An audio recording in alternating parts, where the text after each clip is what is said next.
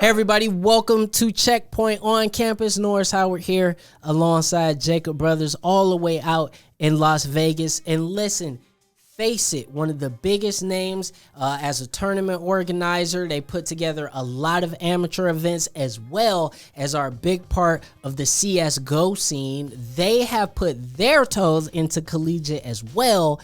And Jacob, we've come to find that they are offering like 50 racks for some of their college competitions in scholarships. What's the news on this? Yeah, and so to clarify, I think that they already have been doing like hubs for collegiate esports, but this is like their first like, here are the tournaments that we're doing. Yes. And remember, this is with Duran Parsi, who used to be the CSL founder. So he's now over here, and these are the changes that he's helping make. But yeah, there's 3 circuits that are going to be happening: CS:GO, League of Legends, and Valorant. Which CS:GO is interesting, but granted, it is FACEIT. But the CS:GO Premier League is going to have $25,000 prize pool. That is a lot of money for Counter-Strike Global Offensive. And there is going to be a second league called the Contenders, so this like Overwatch setup. And so for CS:GO, that's going to be cool because that's such I think it's a casually played game that people don't realize is still really played casually. Yeah. And then they're also going to do the Valorant series, which is pretty much identical. The Valorant series is going to be, I believe, a 10,000 prize pool with a Contenders secondary league. Which for Valorant, I mean, that's the hot game right now. So they're playing CS:GO and Valorant. So like they're playing the same game twice. Like okay. So wait a minute. So I wonder if they're gonna institute a rule that says you can't overlap, because if I got a CS:GO team, that's my Valorant team. Yeah, right. And like, I mean, they're literally both 10-week Swiss regular season and then single elimination playoffs in spring 2021. Like the same format, might even have the same schedule. Who knows? But I mean, if you're going to have both of those games, you may as well do it that way, right? And I suppose I think they got to make a choice. Me personally, I think, are you CS:GO or are you Valorant? I feel like you got to make a choice, man. Yeah, that's how I feel. Actually, let me just jump down to a quote that we got from Parsi, because we reached out to him. Because one of the questions I wanted to ask him was like, why Counter-Strike over their other collegiate games, which is Rainbow Six, Rocket League, and Dota 2. And so he had said how FACEIT's the world's largest CS:GO presence, so it made sense. They already have around 600,000 college-aged CS:GO players. I didn't even know there were that many college-aged players on the game. I didn't know there were that many CS:GO players. Yeah, honestly. And then with products like FPL and Flashpoint, felt like it was a natural extension of what we're already doing to create a collegiate league. So I think if FACEIT has a monopoly on any esport, it's Counter-Strike. So if you're going to do those 3 things, those 3 circuits, one of them has to be CS in a way to where I don't think any other organizer could pull that off. So I think it's just like, it's CS:GO, but also it's over there. But it's like, hey guys, I mean, Counter-Strike. Well, and that's how I feel. I feel like, hey, if you're gonna do, those esports, it's fine for you to go with CS:GO, but having that and Valorant, I just see that being an issue for schools, because if you got a Valorant match and a CS:GO match on the same day, like, could you play on the same day? Yeah, but that's 2 different types of preparation, 2 different weapons, maps. Then one has abilities, the other one's the equipment is a lot more important. One's a 2010 game and one's a 2020 game. Exactly. So the ways of thinking are still different, but the mechanical skill is very similar. I just think that'll put a lot of teams in a bind, especially some of the smaller schools. No pun intended on the map bind. But also the third circuit is League of Legends. Totally didn't see it coming. But this is the one that has a lot more going on, with 3 stages of like qualifier, regional, and finals.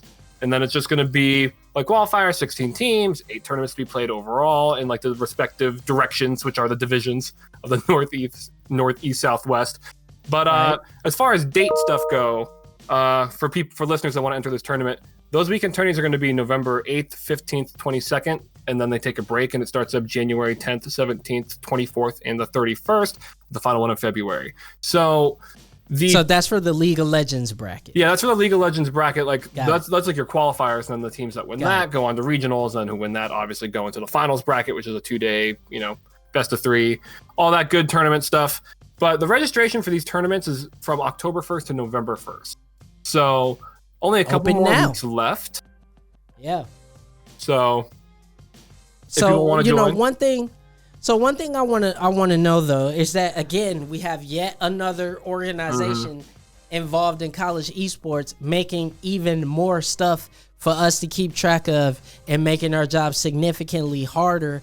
Did you get a chance to ask Duran about that? Because I'm very curious to see if he had a stance on that. You know I did, Norris. So the question that was asked to him was, what can FACEIT bring to an already packed and disjointed collegiate esports scene? And he said he thinks the biggest thing is that FACEIT's one of the most popular and extensive tournament and league platforms in the world. In addition to simply hosting leagues, we have many other platform features such as hubs and clans that can provide a unique benefit to college esports clubs, the varsity programs, and students themselves. Main thing is to be additive, which I want to talk to you about, to the space and try to fill in the gaps that exist. So I think the word additive is very interesting there, because sometimes we say, you know what, wouldn't it be great if just these few organizations just got their stuff together and just streamed their tournament games? Wouldn't that be nice? And what's being said to us here is that it might be better just to have more options available in the space. Because you know that FACEIT is going to air their games. You know they are a very organized company. So my question to you is, do you think if every company or organization is airing what they're doing and they have it in a way that we can actually find, which is a big ask, the more the better, do you think? Or do you think you don't think so? No, I think that then you suffer from too much fragmentation. I think there's got to be some form of regulation around it, and I'm not saying the NCAA or anything like that, but I think where it stands right now is that there is so much of everything that there's choice anxiety. And even for coaches, even for players, because if I'm a coach and I have 3 games that we play, but I got 17 different organizations and tournaments I can join, where do I go? Who do I join? Who's offering the best scholarship pricing? Which one has the highest profile? This. So instead of seeing a bunch of companies shutter, people lose jobs, and there be this huge bubble that bursts, I'd rather it be 5 or 6 companies or 5 or 6 tourneys, third-party organizers that get it right, and that's where everybody goes. And then there's invitationals in between. Right, with some invitationals in between. That's the way I think it should go. I think by having too much, you make the space have no meaning. You make it have no significance. Yeah, it's hard to strike that balance of companies that just are in charge of all of it, like kind of just like a riot, like we own this league, which sometimes you don't want, as opposed to giving every college freedom, which is something we do want. But then you have that fragmentation of it's all these different tourneys. And So it's tough. But like you said, I think FACEIT has the legacy. I think they have the infrastructure to be able to come in and make waves. Duran Parsi has the experience in college esports specifically. So I think that was really intelligent for FACEIT to go out and pick him up. But, we will see. I still think that, with COVID streaming everything, there's just a lot of attention pull in a lot of different directions, and I think 2021 is where we will see which college organizations will rise to the fold. But at the end of the day, none of it matters if your school isn't playing. I know how it is. If your school ain't playing, you don't care. So they 100%. gotta get the right schools, period.